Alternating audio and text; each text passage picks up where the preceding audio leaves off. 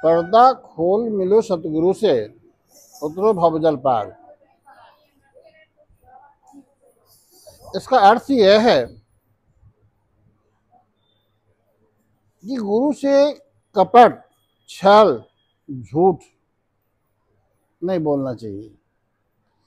अगर मनुष्य गुरु से झूठ बोलता है, कपट करता है, छल करता है, तो अध्यात्म की जो प्रगति है वो अवरुद्ध हो जाती है। साथ ही साथ जो कुछ शक्तियां प्राप्त होती है गुरु से, वो स्वतः नष्ट भी हो जाती है। समय की बात है, परशुराम को क्षत्रियों से एलर्जी हो गई। आपने सुना होगा कि ढूंढ ढूंढ कर क्षत्रियों को संहार किया। जो क्षत्रिय बच गए किसी और के घर में छुप कर तो बच गए, वरना अपने जानते हुए उन्होंने ढूंढ ढूंढ कर मार डाला था। उन्हीं के जीवन काल में कर्ण आया। कर्ण यह जानता था कि समय के सतगुरु हैं और इन्हीं से मेरा कल्याण होना है। तो गुरु दरबार एक ऐसा दरबार होता है जहां भौतिक आध्यात्मिक दोनों ही विद्याएं सिखाई हुई जाती है। अब उसने लगा सोचने कि क्षत्रियों को तो ये काल है, अगर मैं क्षत्रिय का घर जाऊंगा तो मुझे शीश नहीं बनाएंगे, हत्या तो नहीं करेंगे पर शीश भी नहीं बनाएंगे। तो जब गया तो झूठ बोल के गया, अपने आप को दासी पुत्र बता कर गया। सत्य भी है कि दासी ने लालन पालन की थी, इसमें बहुत ज्यादा झूठ भी नहीं था, पर रगों में तो क्षत्रिय का ही खून बह रहा था। जब परशुराम के निकट पहुंचे, अध्यात्म में बहुत बड़ी प्रगति की उन्होंने, बहुत बड़ी। यहां तक आप सभी लोग जानते हैं कि भगवान कृष्ण ब्राह्मण का भेष बनकर हाथ फैलाए किसके पास? किसके पास? कर्ण के पास। आप सोच सकते हैं कहा ऐसा बालक जो पैदा होते मारे फेंक दी गंगा में उठा करके, क्योंकि कर्ण कुंती का पुत्र है और कुंवारे के पैदा है, सूर्य पुत्र है, फेंक दिया। किसी ने पालन पोषण किया, गुरु के आश्रम में गए, सेवा का भाव है। उन्होंने इतनी सेवा की, हस्ती मिटाकर सेवा किया। सेवा के बदौलत उस उच्चतम शिखर तक पहुंचे जहां काल भी बाल बाका ना कर सके। उच्चतम शिखर तक जा पहुंचे। वहां जाने के बाद जब कर्ण दुर्योधन के साथ हो गया तो भगवान कृष्ण को लगा कि कर्ण को कोई मार नहीं सकता और अकेला ही कर्ण काफी है महाभारत युद्ध को समाप्त करने के लिए। तो भगवान कृष्ण एक ब्राह्मण का वेश धारण किए और भिक्षा के लिए पहुंच गए। क्या मांगा? कवच और कुंडल। क्या होता है कवच और कुंडल? ये आध्यात्मिक शिखर है, आध्यात्मिक शिखर। पर एक घड़ी आई थी जब कर्ण को गुरु ने पहचाना परिस्थिति के कारण। परशुराम और कर्ण गुरु शिष्य दोनों कहीं भ्रमण में थे, जंगल की यात्रा थी। गुरु महाराज जी वृद्ध हैं, थक गए, कहते कर मैं थोड़ा सा विश्राम करूंगा, लेट जाते हैं। कर्ण की जंघा पर गुरु महाराज जी ने सर रख करके और लेट गए। जो ही परशुराम को नींद आई, एक कीड़ा निकल आया, और वह कीड़ा भी बड़ा खतरनाक था। इस पार से उस पार छेद दिया। जब इस पार से उस पार छेद दिया तो खून की धार बहन गई। बेशक गर्म गहरी नींद में है, लेकिन शरीर पर जब गरम गरम लहू असर हुआ तो आंख खुल गई। जब आंख खुली तो देखा खून की धार बह रही। कहते हैं कर्ण, ये क्या हुआ? तो वो कहता है, गुरु महाराज जी, जैसे आपकी नींद लगी थी वैसी कीड़ा आ गया। अब उस कीड़े को मैंने बर्दाश्त तो किया, यह जान करके कि आपकी नींद ना खराब हो जाए, लेकिन करूं क्या? अब ये कीड़ा इतना खतरनाक निकला। वहां गुरु महाराज जी ने कहा कि कर्ण, तुमने मेरे साथ झूठ बोला। क्या झूठ बोला? क्या झूठ बोला? अपने को दासी पुत्र कहा था। दासी पुत्र की क्षमता नहीं है कि इतना कष्ट सह ले। तुम छत्री, पर तुमने मुझसे झूठ बोला। उनकी सेवा भाव से अत्यंत प्रसन्न भी थे, सब कुछ दे भी चुके थे, लेकिन यह झूठ के कारण उसने कहा कि जो कुछ मैंने दिया है अंत में तुम्हारे पास नहीं रह जाएगा, समाप्त हो जाएगा। तो वह अध्यात्म के शिक्षार्थी जिसको आप कवच कुंडल हम कह के संबोधित कर रहे हैं, अंत घड़ी तो नहीं रही। भगवान ने मांग लिया ब्राह्मण का भीष्म करके, खत्म तो हो गई, यानी भी खत्म हो गई। तो कभी कभी ऐसा ही जीवन में, चाहे वह शिष्य गृहस्थी हो या सन्यासी, इसे मतलब नहीं है, अगर सन्यासी भी गुरु से झूठ बोलता है तो मंजिल नहीं पहुंचता। मंजिल पहुंचने से पहले वो भटक जाता है, और भटकने के बाद अगर पेड़ से पत्ता टूटा, न जाने कहां गिरेगा, तो भरोसा है? पर क्या फिर वो पत्ता दिखाई देगा? जब तक पेड़ में खिला हुआ है, दुनिया देखती है। अगर पेड़ से टूटा, ना कौन से खाई में जाकर गिरेगा, और फिर कहीं नजर भी नहीं आए। ये गुरु दरबार है। आपने बहुत से फूल खिलते हुए देखा नहीं देखा? बहुत से फूल खिलते हुए देखा। आपने शीश झुकाया उस फूल के आगे, लेकिन बहुत से फूल आज कहाँ हैं? वो पता है? नाली में गिरा, कीचड़ में गिरा, खाई में गिरा, कीड़े खा गए, क्या हुआ? तो यही एक ऐसा दरबार है। जब आदमी कपट और झूठ का व्यवहार करता है तो मंजिल जाने से पहले ही खत्म हो जाता है। सेवा की बहुत बड़ी महत्व है। आज तक दुनिया में जिसने कुछ पाया है, सेवा के बदौलत पाया है। संत कबीर कहते हैं कि जब तप संयम साधना गुरु सेवा समनाय, भक्ति मुक्ति परम गति, सब गुरु सेवा में। इसी को दूसरे शब्दों कबीर ने कहा कि जीवत समझो जीवत बुझो, जीवत मुक्ति निवासा।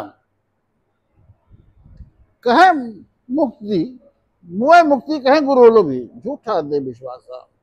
जो मरने के बाद मुक्ति मिलेगी ऐसा कहने वाले वो झूठी विश्वास दिलाते हैं। तो सेवा ही मनुष्य के जीवन का निर्माण करता है। सेवा ही मनुष्य को मंजिल तक पहुंचाता है। इतिहास गवाह है, संत गुरु नानक के दरबार में एक लहना नाम का सेवक था। जो लहना भोजन बनाने का सेवा करता था, रसोई में सेवा करता था। गुरु नानक के दो पुत्र भी थे, श्री चंद और लक्ष्मी चंद, दो पुत्र भी थे। वे पुत्र वहां नहीं पहुंचे जहां लहना पहुंचा, जहां लहना पहुंचा। वही लहना पूर्णत्व को प्राप्त किया, सेवा के बल पर पूर्णत्व को प्राप्त किया, और गुरु अंगद के नाम से आज दुनिया में उनकी पूजा हो रही है। गुरु नानक का उत्तराधिकारी बने सेवा के बदौलत। और समय समय पर गुरु भक्तों की परीक्षा होती है। एक घड़ी आई जब गुरु नानक देव प्रचार प्रसार बंद कर दिए,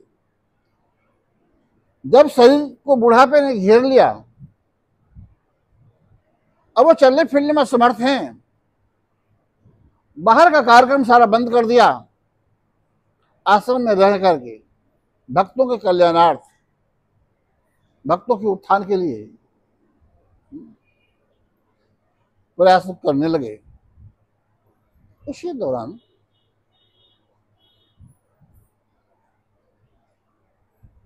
लैट्रिन का टैंक आपके सबके घर में होती है, आश्रम में टैंक का ढक्कन खुलवा दिए और एक सोने का कटोरा उठाकर फेंक दिए। ऐसे टाइम फेंका जब कोई था नहीं। उसके बाद अपने पुत्र को बुलाए, ज्येष्ठ पुत्र श्रीचंद को।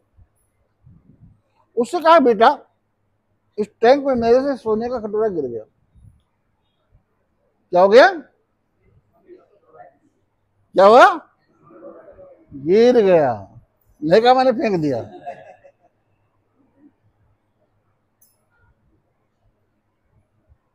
इसे उठा लो, सीधा आज्ञा दिया, उठा लो। कहता है गुरुदेव, अब ये कटोरा किस काम का? बहुत बर्तन है, सोने का भंडार भरा पड़ा है, छोड़िए। आज्ञा को उल्लंघन हुआ या नहीं हुआ? है?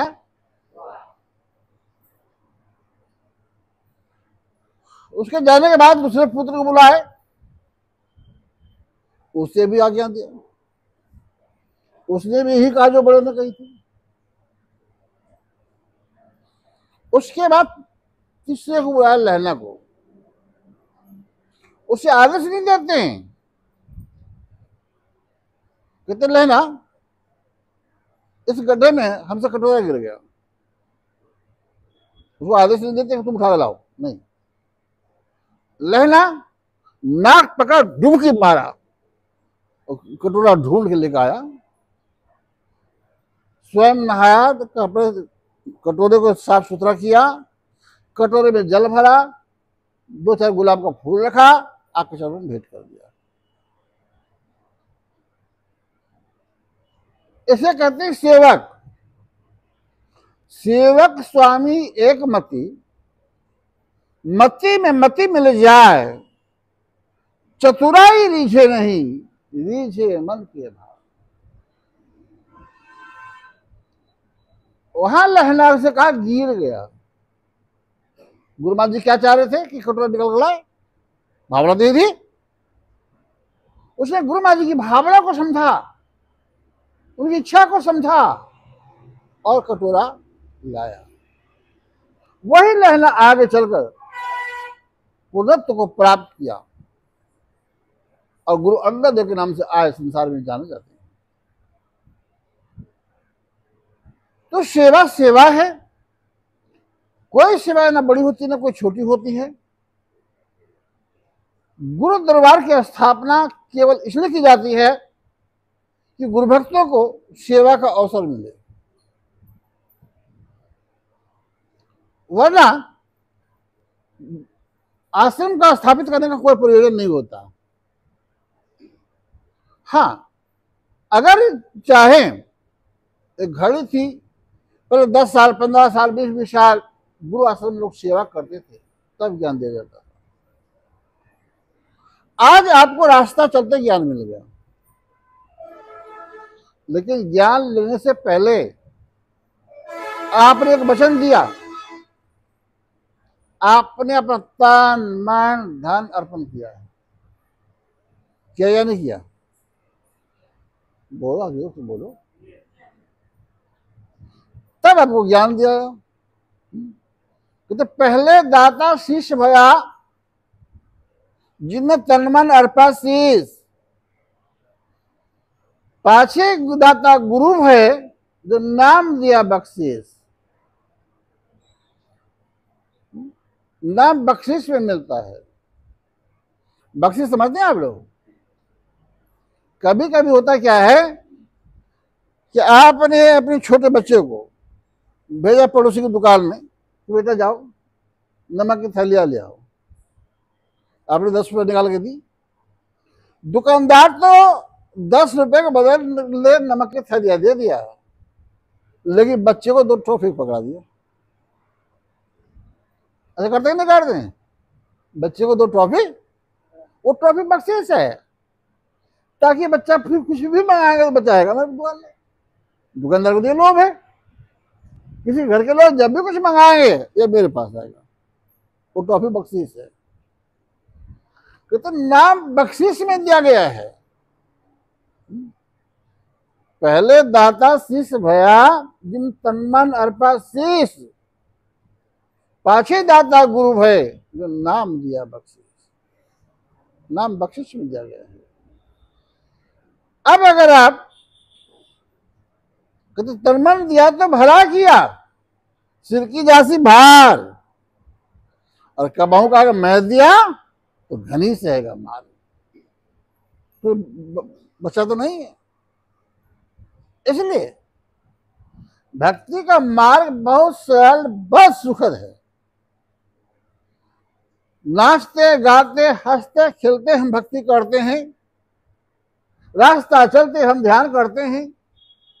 ध्यान के जंगल जाने की जरूरत नहीं पड़ता, कंदरा गुफा में जाने की जरूरत नहीं पड़ता,